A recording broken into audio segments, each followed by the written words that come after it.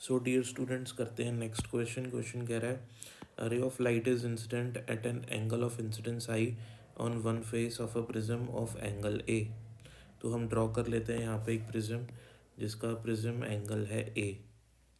ठीक है, सो ये इसका प्रिज्म एंगल हो गया हमारे पास ए, और लाइट की रे इंसिडेंट हुई है और एंगल ऑफ इंसिडेंस हमको दे रखा है आई।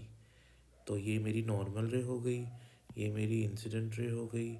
नॉर्मल रे और इंसिडेंट रे में जो एंगल बनता है उसी को एंगल ऑफ इंसिडेंस कहते हैं, और वो मुझे यहाँ पे आई गिवन है। अज्यूम टू बी स्मॉल, यहाँ पे लिखा है जो ए है ये वेरी स्मॉल एंगल है, ठीक है ना। And emerges normally from the opposite face, और जो रे ऑफ लाइट है वो अपोजिट फेस से नॉर्मली बाहर निकलती है।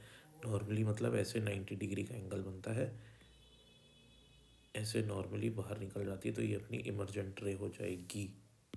If the refractive index of the prism is mu, तो प्रिज्म का अगर रिफ्रैक्टिव इंडेक्स म्यू है तो मैं क्या करूँ, angle of incidence I is nearly equal to, तो एंगल ऑफ इंसिडेंस फाइंड करके बताओ कितना होगा। तो यहाँ पे बनता है नॉर्मल रे और रिफ्रैक्टेड रे के बीच में एंगल R1, ये होता है हमारा R2, और ये हो जाएगा 90 डिग्रीज। ठीक है, और ये 90 डिग्री है तो ये वाला एंगल भी हमारा 90 डिग्री हो जाएगा। अब हमारे पास क्या होता है, इन जर्नल केस की बात करूं अगर मैं प्रिज्म बना देता हूं, ये राइट की रे इंसिडेंट हुई, ये नॉर्मल रे, फिर ये रे यहाँ पे गई, और फिर ये वापस नॉर्मल रे, और ये आगे होगी इमरजेंट रे। तो ये वाला एंगल और ये वाला एंगल, ये एंगल कहलाता है आपका R2, ये एंगल आपका कहलाता है R1, ये होता है ए। तो आपको प्रॉपर्टी पता होगी A equals to R1 plus R2 होता है। अब R2 इस वाली रे और नॉर्मल के बीच का एंगल है, तो यहाँ पे R2 कितना हो जाएगा बेटा अपना।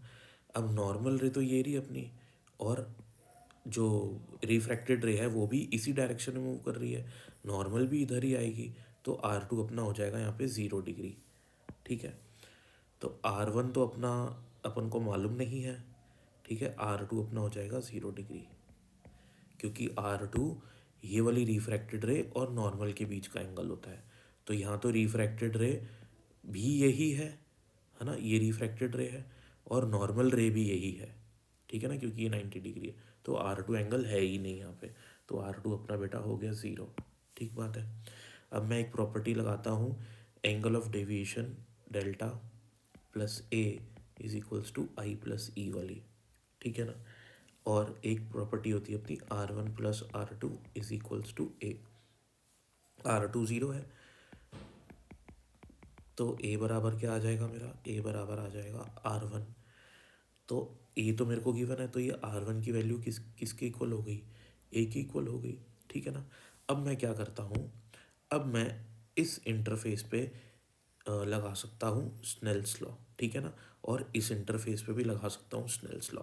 अब क्योंकि मुझे तो आई फाइंड करना है, तो मैं इस इंटरफेस पे लगा देता हूँ स्नेल्स लॉ, ठीक है। तो sine I into 1 is equals to sine R1 into mu. अब साइन आई, आई छोटा एंगल है तो साइन आई को आई लिख सकता हूँ, साइन R1 को साइन ए लिख सकता हूँ क्योंकि R1 ए के बराबर है, तो इसको डायरेक्टली ए ही लिख लेता हूँ क्योंकि छोटे एंगल्स हैं यहाँ पे सारे, ठीक है ना, और इंटू म्यू कर देता हूँ, तो आई की वैल्यू आ गई मेरे पास A into mu. So this is the answer to this question.